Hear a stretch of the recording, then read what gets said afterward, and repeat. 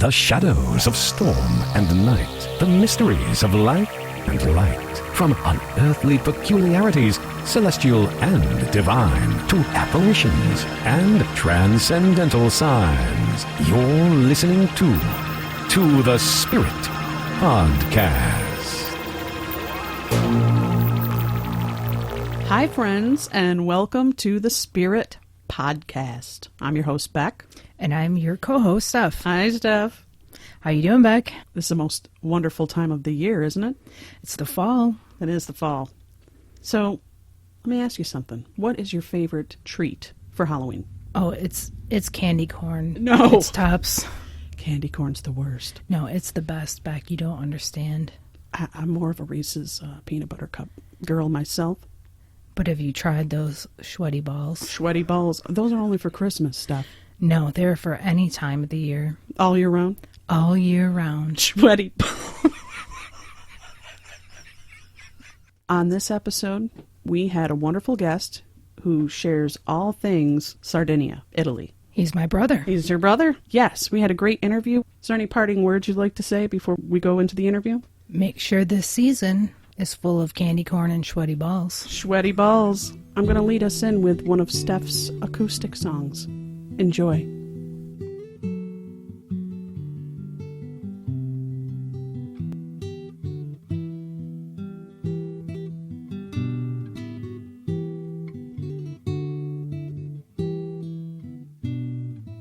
Our guest today is an English professor who has traveled the globe. His interests include studying ancient cultures, languages, genealogy, and geography. Currently located in Sardinia, Italy, he frequently visits regional historical sites. Today, he will be sharing with us stories from local Sardinians, including curses, witches, spirits guarding treasures, ghost stories, and haunted castles. Some of his recent adventures have even taken him to fairy caves. Please welcome Timothy Eadie. Hi, Tim. Thanks for being here. Hello. Glad to be here. Welcome, Tim. Tell us a little bit of where you're located. Okay. Sardinia is off the radar, I think, for most Americans, because people usually think of Sicily, and Sicily's great, but Sardinia is the other island, as it's known, and it's the second biggest island in the Mediterranean. It's roughly the size of New Hampshire. So it's fairly big, but, a population of 1.5 million, so it's not bustling with people. I live in the city of Sassari, which is in the northwest, and it is the second biggest city to the capital of Sardinia, which is Cagliari. And Cagliari is located in the south. Yeah, so I think in general, when people say Sardinia, they either think like sardines, like fish, or they think of something completely unrelated to it. And I always have to tell or explain to people like Sardinian culture and how, yes, it's Italian, but it's also completely different. Can you tell us the background of Sardinia? How ancient are the people? What were they called? And how it developed over Yeah, there? it's really fascinating. Well, at least for me, it's fascinating. But you can't go anywhere on the island without seeing some sort of ruin. I mean, that's probably true for a lot of places in Europe or in other parts of the world. But in Sardinia, there's literally probably over 7,000 of these sites. And you can just drive along the highway and see archaeological ruins. So historical peoples, Sardinians, are very old. Of course, they're part of the greater Mediterranean cultural phenomena. Historically speaking, going back to the Neolithic, and probably actually, if you really want to go back to the farthest point, the first humans found were probably pre-Homo sapiens. So people are always on the island for hundreds of thousands of years. But the real core of people that started moving were farmers that came originally from what is now modern day Turkey, and it's called Anatolia. And they spread through the Mediterranean, and these peoples spread through Italy, Central Europe, Northern Europe, into the British Isles, Spain, and they kind of were everywhere. And people that came to Sardinia were predominantly farmers, and they became, in a sense, isolated. But one of the main reasons why people were attracted to Sardinia was this rock called obsidian. I don't know if you know obsidian. It's a black rock that is Yes. it's easily formable because it's so brittle, and you can make things with it, like very sharp things like axes and knives, and it's very valuable. And it was considered probably sacred. Like I'm sure people thought of it as sacred, and it's everywhere here. This rock. So that's one of the reasons why people came. And interestingly, the things that you might find in Sardinia relating to this period, what I would call the middle to late Neolithic period, are really interesting. They're called domus deianas, and it means house or houses of the fairies. And they were originally, like, I'll try to describe them, but they're built kind of like a cave, but they were dug into the ground or maybe the side of a hill or into rock. And these were tombs. They built these tombs. I guess you could call them like a hypogeo chamber. Were there actual bodies buried there? They were. I mean, over this is going back 5 to maybe 6,000 years ago. So like the bones, if they survived, would be dust or various pieces. But also because for as long as humans existed, there's always been thieves, and people always assume that there was treasures in these places. So people have also used them for various things as well. So like the original use for the Domus Deianas, it was a tomb. And they were built for the community. Like so, usually for families or maybe for the entire. I don't know if it was for the entire community. If there were various chambers for. I don't know how the structure of the communities saw themselves, but very much more communal than modern times. So the things that you would find in them now are painted with what is called a red ochre. If you're familiar with a lot of ancient peoples, use red ochre as a death ceremonial. It's something they make a paste out of, and they cover it with the body. They cover it maybe in a ceremonial sense. So they find that, and they find painted like motifs that are maybe magical or symbolic, things that might avert evil spirits, also human petroglyphs, stone art, various things. And probably the most interesting are these depictions of bull horns. So it kind of gives you a clue that these people had cows. So I don't know if that's interesting, but they probably revered cattle in some way, and maybe in a fertility sense. So we don't really know what they felt about the afterlife, but obviously they believed in an afterlife. And if they thought in some way death and virility and fertility were connected, maybe in that sense. And this is not unique in Sardinia. These are actually found throughout the Mediterranean. Now, did they start calling them fairy caves long after? I think this is quite normal in pan-European sense. You find this in Ireland, in the UK, I'm sure like in France or in Europe in general, where these older Neolithic graves, they stand out. You can't like they're part of your life, but you don't know how to explain them. So you explain them by, like in Ireland, they would say like the fairy mounds. And these fairy mounds, they lived like supernatural beings. And they believed this, of course. I would assume that the Domus Deianas, the idea of fairies, it probably goes back at least to the Middle Ages, or maybe before. And there's probably always have been a belief system of the peoples that came after that didn't understand why these were built. And another interesting thing about these fairy caves, or Domus Deianas, is that after they were done, the use of them has finished, where they weren't burying them for religious reasons. The shepherds, and like this probably occurred until recent times, like within the last 60 years maybe, shepherds would use these caves for their sheep. And you could find evidence of animals living in them, and the shepherds probably used them also to sleep. Fast forward after the Neolithic, up until like the Middle Ages, they were also used for noble families, people that wanted to bury their families in a nice place that probably held a special significance, and they were decorated with Christian motifs instead of. So on one side, you see like pagan humanoid things, or maybe like spiral shapes, and on the other side, you see like what you would describe as Byzantine depictions of saints or Christ. So it's very, in a nutshell, Sardinia. It seems almost conflictive. What is their definition of a fairy?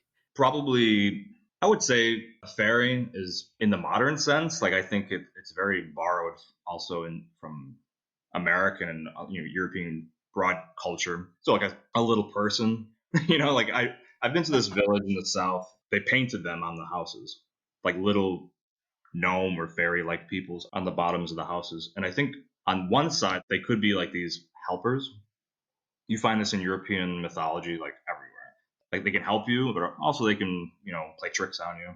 And sometimes they're the protector of the house itself. And also maybe these spirits or ideas of fairies were of ancestors. So it's a kind of it's an interesting topic, but I would say that most Sardinian people wouldn't talk a lot about fairies besides as an anthropological perspective. So were they looked at as a positive image or more of a playful trickster type image? I would say so, yes. More playful. Or at least protective even. They probably protected the house from any sort of thing that could happen. Natural occurrence of fire. How close is one of these places located to where you are now? And how many have you visited, and what is the experience like for you? From Sassari, I'm not sure how close they are. Like there might be one like really close I'm unaware of, because these places are everywhere. But the closest that I've been to, I think I've been to 3 types of domestianas. One is near the city of Alghero, and they're a little different because they're everywhere. It's a very famous site where they're buried. I mean, the holes are in the ground, and you can get down into them and look, and there's kind of these passageways. In my perspective, and what I've read also, is that the dead were buried with various things for the next journey, like the journey for the next life. And I wonder if these passages were just like I'm not to say that they're connected because they're not, but like the Egyptians, they had passages, that they had to get their way out of the pyramid or whatever to find into the next life. I wonder if there's a kind of similar explanation for this, but there's that. There's also, they're quite nearby. I would say within a 30-minute drive, but they're literally everywhere. Now in Italy, there's a lot of these towns. They're abandoned villages, but this particular town is quite famous. I think it's even a UNESCO site, like protected by UNESCO, and it's an abandoned town of Rebecca, like Rebecca, Rebecca, and it's not too far. Of course, it's not too far from Sassari. It's a drive south, probably within 40 minutes or so. So Rebecca, it's in Sardinia during the Middle Ages. There was what they called giudicati, and the giudicati were kind of these 4 separate kingdoms of Sardinia, and the 4 were Torres, Gallura, Cagliari, and Alborea. And Alborea was kind of like the center west. And these giudicati, it comes from the word like judge. They were more like glorified judges, but they had kind of these parliaments. Super interesting from a historical perspective. But in one of these towns, I believe around the year 1300, and I think a lot of these stories that go back that far are a mixture of myth and truth. Supposedly, there was this king or judge named Beccu, and his daughter was accused of witchcraft. And it was an important village for the time. Apparently, maybe there was some administrative importance. But if you go there now, there's nothing. The town said to the king, Beccu, in the story, to send her away or else, or it's you, because you can't have this pagan witch living amongst us. So he does this, sends his daughter away from the village, and apparently this princess, I think her name was Donoria, she went away launching curses, and Rebeccae dae trinta domus non move, and it means Rebecca does not exceed 30 houses. And apparently after this, there was floods and pests and plague that have basically dogged the town for a long time. But now, in all truth, the town is abandoned. Nobody lives there, I think. Maybe a few people, but it is a ghost town. So when you go there, it's very interesting because there's nobody. And you can kind of just walk around and it looks like a movie set. It's really interesting. So you mentioned spirits guarding treasures. Now, what is that about? To describe Sardinia as a whole, before I talk about the treasures, I think Sardinia is, on one side, it's very isolated from the Italian culture and the cultures that were before it. In Sardinia, you had so many different cultures before it. And before Italy, you had Piemonte and Spain. Spain probably has the biggest impact on Sardinia for 400 years. And before that, in the Middle Ages, you had various republics of Pisa. And I think in general, like on one side, Sardinia is extremely isolated. And on the other side, it's very connected to the European world. I think the stories, and there's a lot of these stories about castles and treasures. There's a theme going on here. These castles. This is something you could find probably in anywhere in Europe. But when I read about them, I find that they're quite like some are interesting and some are just like, okay, that's ridiculous. So like one of them is Castle Doria, where people say it's a castle. It's a famous family, the Doria family, that are from Genoa, and they have a lot of influence in Sardinia. And this castle, I've been to the castle, and they say that there's a treasure inside, and the spirits protect the treasure. There's also the Castle of Medusa, which, if you know the story of Medusa, it comes from Greek mythology. Near the city of Oristano, there's this place called Samugeo, and Medusa, apparently, like going back centuries, lived in this place and had a castle there. And when you know the story of Medusa, but apparently she haunts the place and protects the treasures inside. Okay, that's horrifying. I don't. All you have to do is bring a mirror in, right? She sees a reflection, and Exactly. If you read the stories, and you're fine, you can get the treasure. And is the treasure a bowl of pasta? I don't mean to sound. Could be a bowl of pasta. If anything, it's probably sheep. Because there's more sheep here than people. No, I'm very sorry. No, that's fine. We're having fun. I know I don't mean to offend all the Italians. No. As a perspective, also, I would like to add that in the scope of things Italian, I would say Sardinia is definitely the most different of all the regions. One, it's had a people, like a completely different ethnic group, and they were like invaded by all these different cultures that don't really have similar influence on the mainland. Of course, the Romans came, and there's the Latin cultural influence, but Italy is filled with these like differences of culture and mythology. Super interesting, from the north to the south. And with Sardinia, on one end, today especially, it's Italian culture for sure. But on the opposite end, Sardinia is proud of its isolation. One fact is the Sardinian language. It's a different language than Italian. It's as different as Portuguese as to Romanian or Spanish. And it is actually heavily influenced by Spanish. I had heard a story about The Simpsons, and just so you can describe to our audience about how The Simpsons is kind of a global franchise, and that for the characters, they have to add their versions of it. So Groundskeeper Willie's Sardinian influence for The Simpsons, how that plays in Sardinia. In The Simpsons, he's from Glasgow, I think, or Argyllshire, or I don't know, somewhere in Scotland. And for us, the Scottish accent, or at least, his impression of a Scottish accent is like rough. It's this, kind of cartoonish stereotype. Well, the Italians, of course, have stereotypes of Sardinians, and one is shepherds and bandits, and these are recent stereotypes. They're not like centuries ago. I'm talking just a few decades ago. Yeah, in The Simpsons, the character who is Groundskeeper Willie, the accent he's doing is a bad stereotypical version of a Sardinian person. So whether it's funny or not, I don't know. Like I think Sardinians might have a problem with it, but it's definitely funny for Italians. No, I always thought that was amusing that I heard that. I wanted to mention the flag of Sardinia is kind of startling because it's 4 chopped off heads of Barbary pirates. Yeah. Could you go into that just a little bit?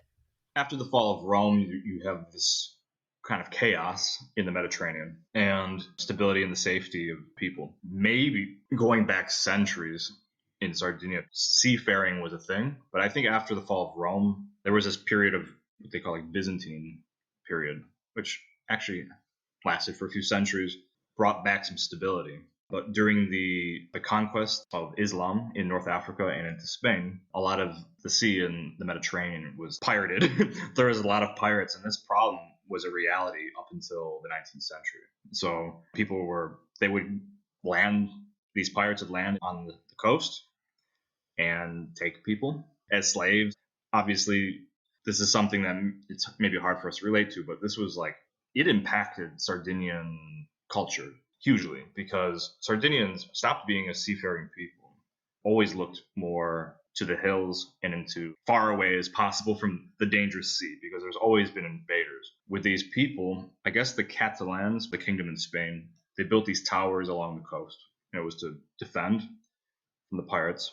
The Sardinian flag, it's 4 heads of what they describe as like patrimoni, which is like the 4 heads of, I'm assuming, decapitated heads of pirates they've captured.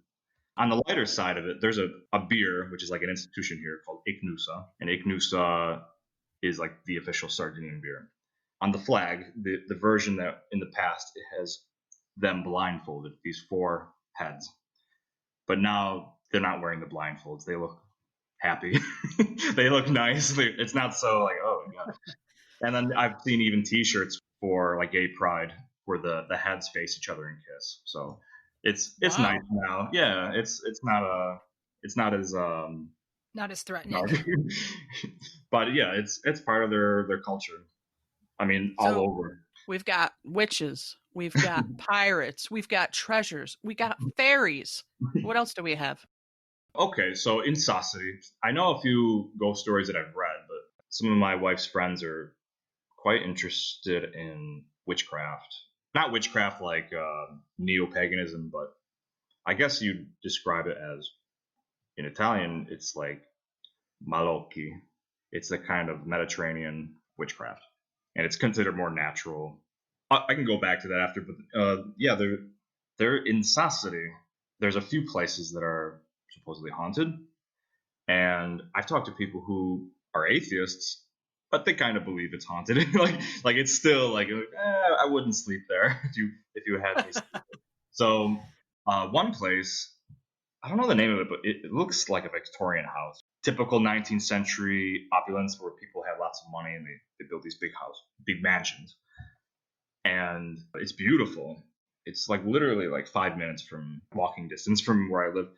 And it looks like if you were to build a haunted house, this is it. This is like the most stereotypical haunted house, like a Mediterranean dollhouse. And apparently there are ghosts there. And now the most obvious thing that's there are cats. There's like probably a colony of cats, and they're protected. They are actually protected. But probably the most famous ghost story is in a school. They call it the Scuola Media Numero 7. It's the middle school, number 7. And where it's located is known as the Triangolo Maledetto, which is the cursed triangle. And apparently the triangle is made by 3 churches. So in between the area of these 3 churches is cursed, apparently. But this school, which I have a friend who works there, she just started this year, so I'll have to ask her if she's heard anything yet. But this school is supposedly haunted. The history is it was a friary where they taught children, and apparently the friars were kind of abusive. They weren't very nice. In more recent times, they switched the friary into a school, and I think there's a nursery above it. Stories go, teachers will hear the tables moving and vibrating, and chairs will be sliding across the floor, or people will feel a hand on their back. And another story was a teacher sending a girl to the office, and she came back in tears because she saw something that bothered her.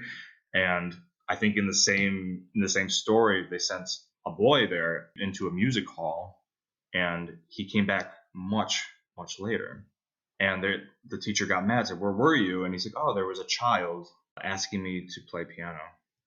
And like, nobody there. Okay. That's freaky. Yeah, that's pretty. Yeah, That's pretty it's freaky. yeah, a lot of people here say that's probably the most haunted place in the city. I'm sure there's lots of places in this historical center. It's a medieval city, and my mother-in-law was telling me I don't know how long ago, maybe a few years ago, or I don't know when they did this, but they were digging up for construction that same area, and they kept finding bones, and the bones were of people. Apparently, the bones, I think, were from the 16th century because of the plague. The whole area, there's like they must have just so many people were dying from the plague. They just buried them under houses, in the ground. Maybe the houses were built after. That's a creepy added thing, and maybe if there is like some energy, bad energy, maybe it's affecting that in that neighborhood. I want to transition us back towards the witches, but before I do, since we're coming into Halloween, in Ireland they call it Samhain. How do Sardinians celebrate Halloween? Okay, yeah, this is interesting because from an Italian perspective, Halloween is an American thing. I can get blue in the face and say, no, it comes from Samhain, it's Irish, and also British Isles. They had similar festivals. But in truth, it all comes to this Catholic holiday where they honor the dead. And it probably has pre-Christian influence. And I think this was true everywhere in Europe. This is not a new thing. I guess the commercial side of Halloween is something they're not really crazy about because they have a thing called Carnivale, which is around Easter, and it's just like Halloween. So maybe it's just like it's competition, festival competition. But Sardinia, they do have something they're very proud of, and it's called Su Mortu Mortu. And Su Mortu Mortu is the same. It's basically Halloween. They don't really dress. I don't think they dress up at all. They don't have that idea, but I think they take candles and they walk around with the candles. Maybe they visit cemeteries. But the most Halloween aspect of it is that they ask for sweets or fruit or treats. They go knocking door to door and they ask for this. But I think this is a common aspect. Like in England, they had soul cakes. You knock on door to door and you get a treat. So I don't know if it's like so different, but yeah, they do have a kind of Halloween. So it sounds like they celebrate the dead. Yeah, like it's festive. Halloween is becoming popular here, and it's really cute, to see people dressed in costumes and there's pumpkins. They're definitely taking the commercial aspect of Halloween because that's what they see on TV. And things like Su Mortu Mortu, they're more celebrated. They're not celebrated here in South City. They're celebrated in the other parts of Sardinia. It's probably fun for them, but maybe Halloween is like I don't want to claim like, oh, it's supplanting Su Mortu Mortu. And I think one of the reasons why it's not as interesting for them is because the other festival they have, Carnivale, is incredible. It is probably the coolest holiday. We have Mardi Gras, There's nothing even close to that. Tell us more about that Mardi Gras type celebration. So obviously, like now it's a Christian holiday, but I guess during that period, actually, let me come back a little bit. In an anthropological perspective, I'm really curious about why in the Southern Europe and Northern Europe, they have these similar traditions, but some are in October and some are in February, March. The periods between the autumn and spring equinox, there's kind of this weird period in between. And that all of these cultures, I'm talking prehistorical cultures, they have this idea that the closer you get to the winter solstice, there's this kind of, I don't know, like where the earth and the realms of the dead become more at one, which you find in like Halloween, the idea of Halloween, where the dead walk in that period, and that's like the veil that separates us is at its thinnest. In these periods, the idea is to be a part of it and to dress with masks to look like one of these spirits. And where like in Northern Europe, it tends to be more in the autumn, pre-winter, and in the Mediterranean, it tends to be more in the spring. But it's in between the equinoxes, and it kind of has the same function. Carnivale is Halloween. It's like the same idea, where people dress up. And in between, going back to in between the equinox, in the solstice, the Romans, the Latins, they celebrated a feast called Saturnalia, and it was a huge drunken festival. People, they played games, they gambled, but the most interesting aspect was in Saturnalia was role reversal. So the ruling classes switched roles with slaves and the lower classes, and they dressed in different outfits, and they had to do reverse roles during this holiday. And people got really drunk, and they also did gift giving. Like in I think December 19th, there was like this festive giving gifts. A lot of this stuff survived in the modern Christian sense. Actually, in England, this idea survived. The Protestant Reformation a lot of it was this idea that like Christmas was this drunken festival, but a lot of the traditions they had were actually from Saturnalia, and they tried to get away from that. With this idea also, I don't know, there's a Christmas Carol where they talk about like telling ghost stories. Yeah. But that was a part of like, nowadays we think Halloween ghosts, Christmas, Santa Claus. But that period was about ghost stories, like that whole period. And this actually goes back to like this idea that maybe because people were now indoors with each other, telling stories, remembering the past, I think this was like the function. During the spring and summer, you went out with your animals or farm, you're outside. So I think this is kind of the human function. Going to Carnivale, the Romans had these festivals. And then obviously with Christianity, in the Roman sense, instead of changed the way they believed, they just adapted pagan Roman customs and then called it Christianity. The idea maybe with Carnivale, like Martedì Grasso or Mardi Gras, Fat Tuesday, the idea of carnival could come from the word carnem levare, which is like eliminate meat. But there's also other theories that it could come from carnualia, and that means country games, and the games were maybe like a parade, and maybe there was currus navalis, which is ships on wheels. So if you look at the festival of Mardi Gras, you see the floats, you see the idea. I think there was like a connection with the goddess Isis. Also, it was kind of like the beginning of festivities. And Easter, in Italian it's Pasqua. Easter, pre-Christian period, there was so many different festivals honoring different gods. So you have, festival for Jupiter, for all these different gods. Well, this is just probably one of those. Let's just call it Easter. Let's just adopt their festival. Because it really, like, when you think about it, getting drunk and wearing masks in the street doesn't really have much to do with the resurrection or anything. But yeah, it's one aspect of it. Going back to when you were talking about witches, you said that they're based more like natural, not like the neo-pagan style of witchcraft. Can you elaborate on that and give us an example of how they do their witchcraft in Italy? Well, in Italy, in a sense, as in a modern sense, northern Italy is very 21st century, modern, dynamic place, like anywhere else in the Western world. The more south you go, especially in the south of Italy, it tends to blur a little bit, and in some cases, it's some of the poorest regions in Europe. Most of malocchio means the evil eye, and this goes back to Greek superstitions, and that is the general word used. I remember hearing stories in the United States of Italian Americans. It's like, when a child's sick, do you go to the doctor? No, you send them to this kind of witch. And it didn't conflict with their Christian beliefs. It was just like, oh, that's normal. There's no problem with this. So it was a much accepted part of their culture. In Sardinia, I think it's a similar idea where, you're sick, you have something wrong. They know what kind of herbs to give you. They know probably passed down beliefs that usually women, I think, especially older women, they would help people. And I'm sure curse people. This stuff, obviously in small villages, everybody knows everyone's business. It's just part of life here. That is something where I'm sure if you had a problem, usually the problems were like vendetta, or maybe you couldn't have a baby, or I want love.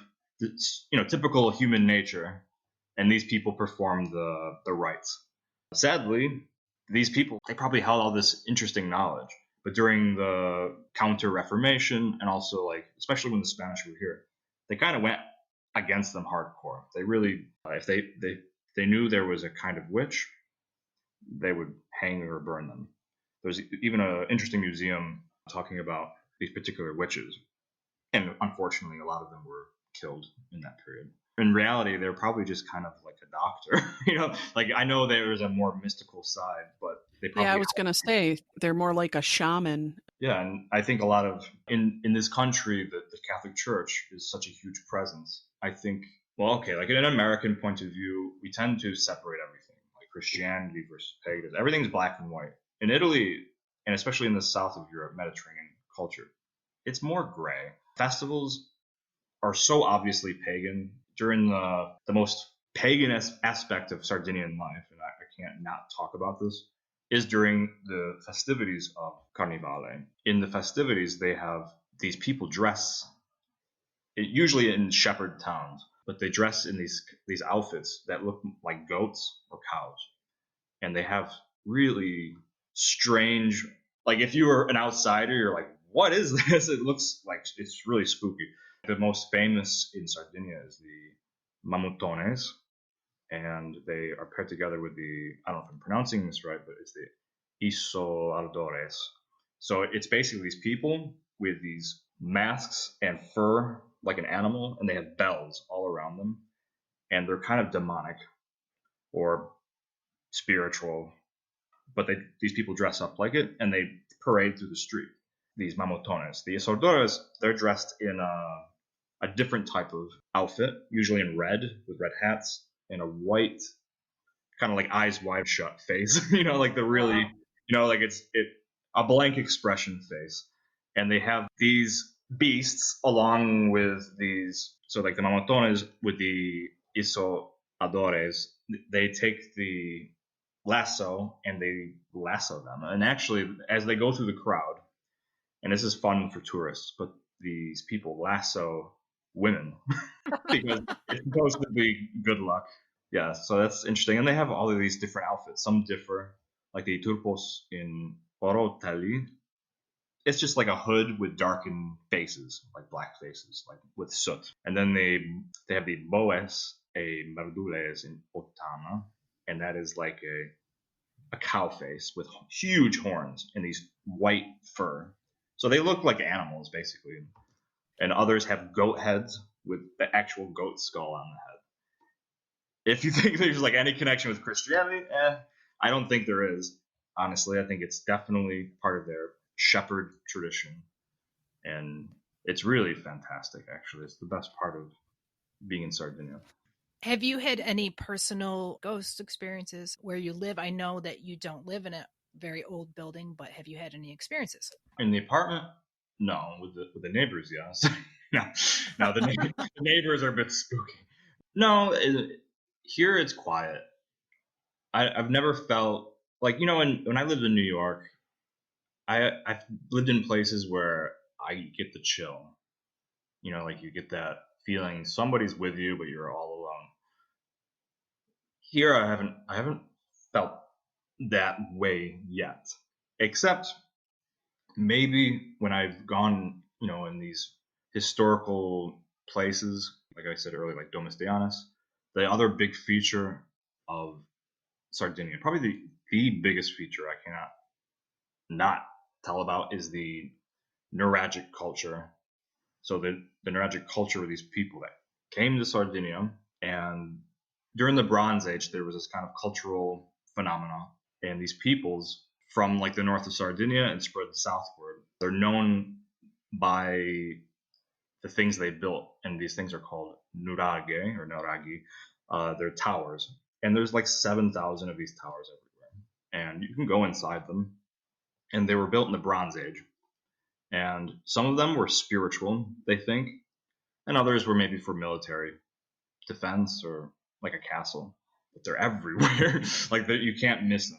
And being in them and thinking like, wow, what kind of things happened here? I get more of a sensation from that. Actually, a few years ago, I did go into an older building that felt a bit heavy, I guess. For me, all of these old buildings are creepy. You know, like I don't want to say like I'm feeling spirits.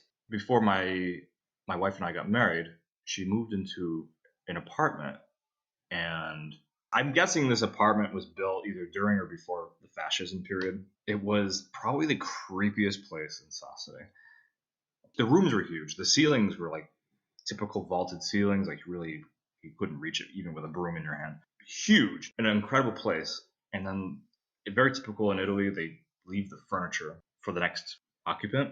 So you just kind of like trade off furniture in the not the closet, but like I'm losing my English. The armadio, the wardrobe. Sorry, in the wardrobe on the mirror there was like this little handprint. We were just like, like what? Why is there like a handprint there? Like it could be from a kid or whoever. We got this creepy feeling, and to the point where I went back to New York after helping my wife clean the place up, and she was so creeped out about being there that she lied to the landowner to get out of the living there. She's like, oh, I gotta help my mom, I can't live here. But she was actually, in reality, she was really creeped out by this place because it had such a heavy, kind of negative vibe. If you walk in the center of the city, there are these old streets. They're narrow. A car couldn't even fit down some of them, though they try. They definitely try fitting down. And in that area, like it has a feeling, a lived-in feeling. I often wonder, like with spirits, like in Italian, the word haunted is infestato, and it like infested. You know, in our sense, it's like that's like bees or something. Like we have a bee problem, but like you know, in America, everything's so new, relatively new from our perspective. And for them, it's the Roman period was not that long ago, but at the same time, it is. You know, like it all blurs because there's so much history here. And I often wondered if you were to do EVP, like who would you talk to? Would you talk to a Spanish officer? Would you talk to a Roman? Would you talk to some family that was like 50 years ago? I got to bring my equipment when I come to Yeah, visit you. please. It'd be so incredible. Along with like ghost stories, there is a few myths, and there's ghost stories where clearly they know the story. Maybe there's like a family or some kid, but a lot of the stories often blur with myth. So a lot of the stories that I've discovered are like we talk about castles, but are also women locked away in castles, usually by their crazy husbands. These are like noble stories of noblemen, people with aristocratic background. There's one in Boza, and apparently the noble marquise, she's got this crazy jealous husband to the point where he won't let her go out. He doesn't want anybody looking at her. And I guess this story goes back to a few hundred years ago. He keeps her locked up in the castle in Boza, which sits on top of the town, and really beautiful place actually. Even though she was trapped, and even though she could only see him, his jealousy pushed him to madness, and he ended up like accusing her of something, and then chopping either her hand or her fingers off, and let her to bleed to death. And he ended up becoming arrested, and she died. But apparently, you can still hear her voice in the castle, screaming. And some of these, like that, seems maybe plausible. The one that seems less plausible is in the area of Stintino, which, besides these stories, is probably the most beautiful beach in Europe or in the world. It's one of the most beautiful beaches. But besides that fact, Stintino, apparently there was a woman who did a crime, and or did something. Maybe she was even a witch, but it doesn't really specify because this was in the Middle Ages. The town, they weren't happy with her, so they beheaded her.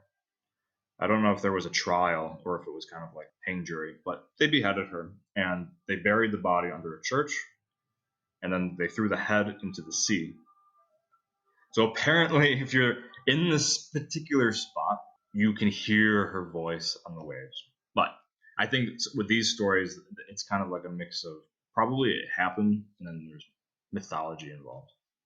Also, the stories with the jealous husband, these permeate Sardinia, not just I think in Italian culture in general, jealous men.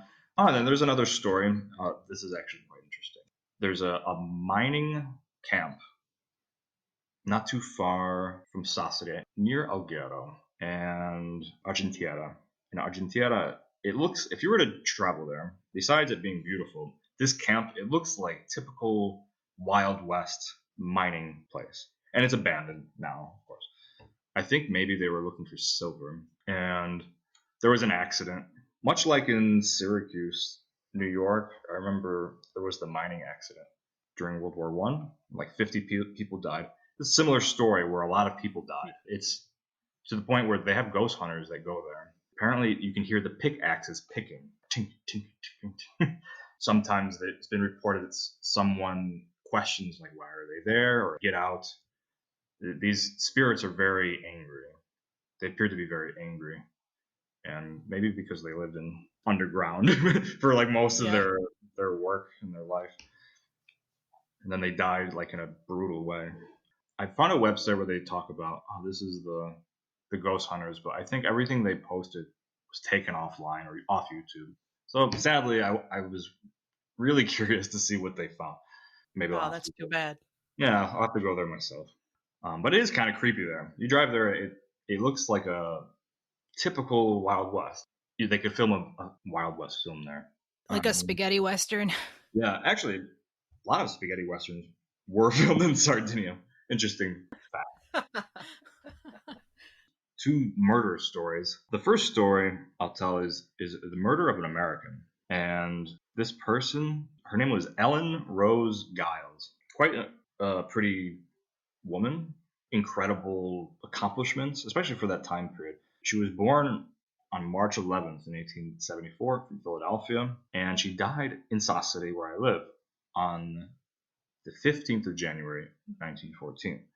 She was an artist, a photographer, a philosopher, anthropologist, journalist, and archaeologist. Like, she was everything, like jack of all trades. And I guess her father was quite an important figure in the American economic sector. And very strangely, she decides to, I think she lived in Italy.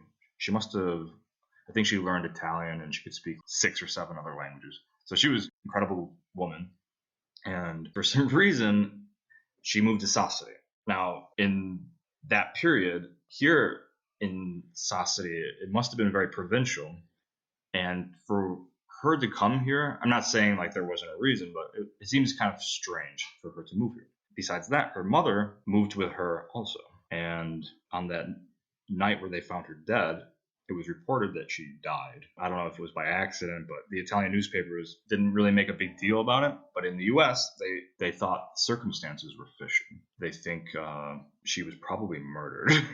And they think probably she was a lover of somebody. I think she even tried to learn the Sardinian language, and she had quite like the famous existence in the city. I'm not saying I'm famous, but people recognize me. It's hard not to recognize someone who's not from here. She must have been like quite the character, and everyone talks. So like back then, they assumed it was probably like a suicide, but she was probably murdered. I could speak Italian, even though my Italian is like pretty bad still, like I'm learning. But I can try to speak Italian to someone who speaks no English, and they will try speaking English with me. Even it's like it's almost to the point of it being hilarious. And people just assume I'm not Sardinian. So yeah, it's just one of those features of living in a community and also an island where people kind of know who you are. And maybe this goes back to the pirates and also the constant invasions from other countries. You kind of like, it's us and them. It's kind of like a protection, like self-preservation. Like my family, I trust. My closest friends, I trust. Everyone else, it's like out of the clan, out of their like tribe, so to speak. And yeah, you find this here today, especially in the center. Oh, the other murder story was quite interesting. Apparently there was the murder of the Quesada house. So apparently in the 1850s, on my birthday, actually, August 30th. So it's interesting. There was this Don Michele Delitala. I don't know if I'm pronouncing that right. And he was obsessed with this woman, Giovanna Maria Quesada, and known as Mina. And they were like lovers in a very Romeo and Juliet sort of way. He tried to pursue her and marry her, and he was of noble birth.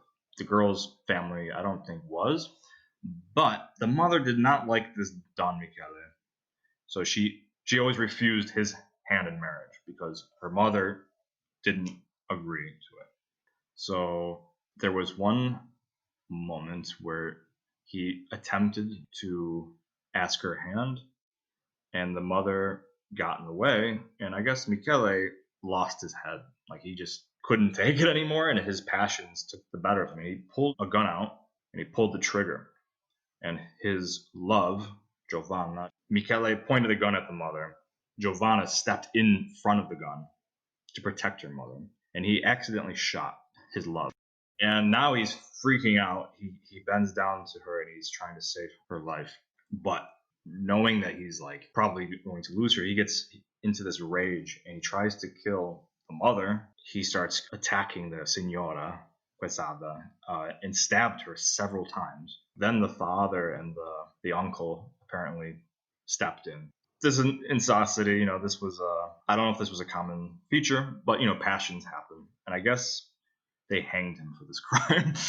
So yeah, a lot of Sardinian folklore is based on passions, and I think the other side of Sardinian folklore is the briganti, the brigands, and the bandit culture. This is an interesting aspect. Is in the bandit culture, it existed for at least 2,000 years. When the Romans invaded Sardinia, the real Sardinians headed to the mountains to protect their families and to not succumb to Roman rule and threat. So while they fled, they had a tendency to attack Romans periodically, and they were very hard people to conquer. So the Romans decided, you know what, you can stay in the mountains and be shepherds, do what you want. And it kind of existed this sort of, they call it Barbagia, and Barbagia means like the land of the barbarians. And the real Sardinian culture is in the center of the island. Over centuries of like different rule, especially Spanish rule from Piedmont, these people are always at odds with the law, and especially in two regions. In the most famous are in Gallura, which is northeast, and then Barbagia, and there's some famous towns. And this culture, they tended to steal cows.